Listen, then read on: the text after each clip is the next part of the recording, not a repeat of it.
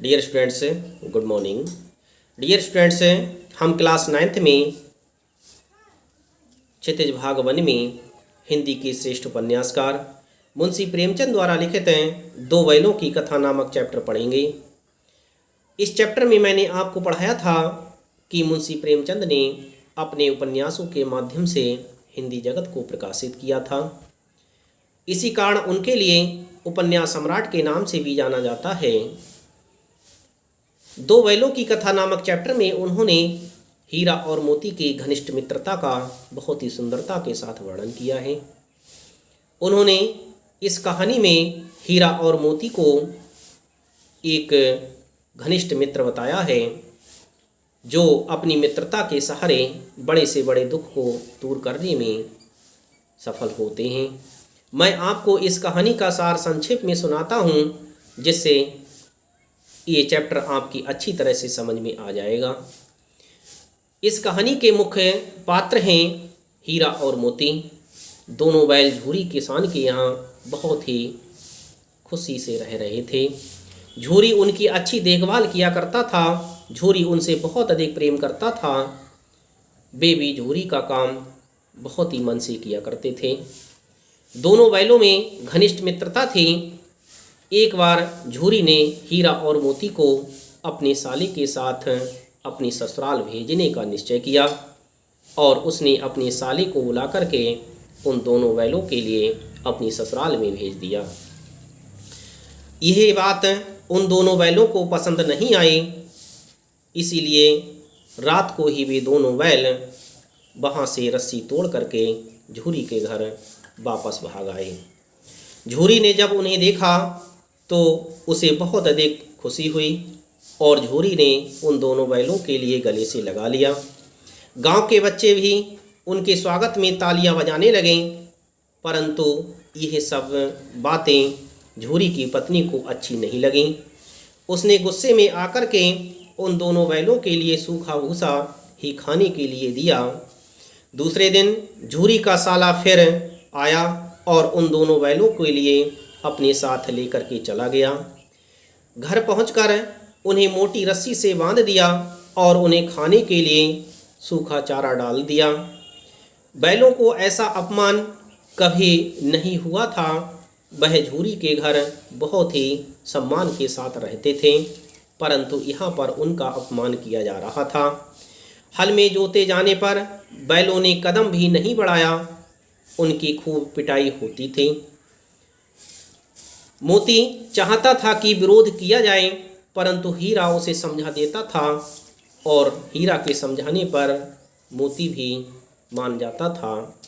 अब रोज़ उनके लिए खेत में जोता जाता था और उनकी बहुत अधिक पिटाई की जाती थी। रात को परिवार की एक छोटी लड़की उन्हें चुपके से रोटी खिलाने आती थी। एक दिन उसने देखा कि दोनों बैल बहुत अधिक दुखी हैं और एक रात उस लड़की ने उन्हें चुपचाप खोल दिया। वे वहाँ से भागे और वह एक मटर के खेत में पहुँच गए। दोनों बैलों को बहुत अधिक भूख लगी हुई थी। उन्होंने मस्ती से मटर के लिए खाया। तभी वहाँ पर एक सांड आ जाता है। उसे देख करके वे दोनों वहाँ से भाग जाते हैं और भागते हुए फिर उन्हें एक मटर का खेत मिलता है। वे उस मटर के खेत में घुस जाते हैं, परंतु वहाँ पर उन्हें पकड़ लिया जाता है और उन्हें पकड़ करके काजी हाउस में कैद कर दिया जाता है। वहाँ उन्हें खाने को कुछ नहीं मिलता और भी अनेक पशु वहाँ पर कैद थे, भूखे प्यासे मुर्दे से पड़े हुए थे। रात को दोनों ने मिलकर दीवार तोड़ी और सभी अधमरे जानवरों को वहाँ से उन्होंने मुक्त कर दिया। हीरा का बंधन नहीं खुल पाया, इसलिए मोती भी वहाँ रहा, वह भी नहीं भागा। सुबह उनकी खूब पिटाई हुई और मोती को भी बांध दिया गया। एक सप्ताह तक उनकी हड्डियाँ निकाली गईं, अर्थात उनके लिए बहुत अधिक मारा गया था, पीटा गया था और उनके लिए खाने के लिए कुछ भी नहीं दिया गया था। नीलामी में उन्हें एक कसाई ने खरीद लिया था। दोनों दुर्बल थे, डर से बहुत अधिक कांप रहे थे। चलते चलते उन्हें रास्ता कुछ परिचित सा लग रहा था। वह कसाई लेकर के जा रहा था। जिस रास्ते से वह जा रहा था वह रास्ता उन्हें परिचित लग रहा था, जाना पहचाना लग रहा था। वे समझ गए कि यह उनके घर की राह है।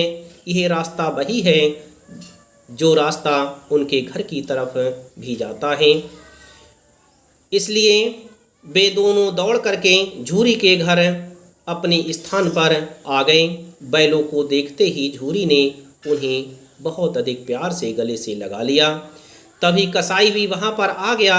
दोनों में बहुत अधिक बहस हुई। झूरी कहता था कि यह बैल मेरे हैं और वह कसाई कहता था कि मैंने इनके लिए खरीदा है। इस तरह से उन दोनों में बहुत अधिक बहस होती रही।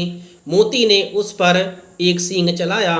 मोती उस कसाई को वहाँ से भगाना चाहता था, इसलिए उसने सींग के द्वारा उसे मारने का प्रयास किया।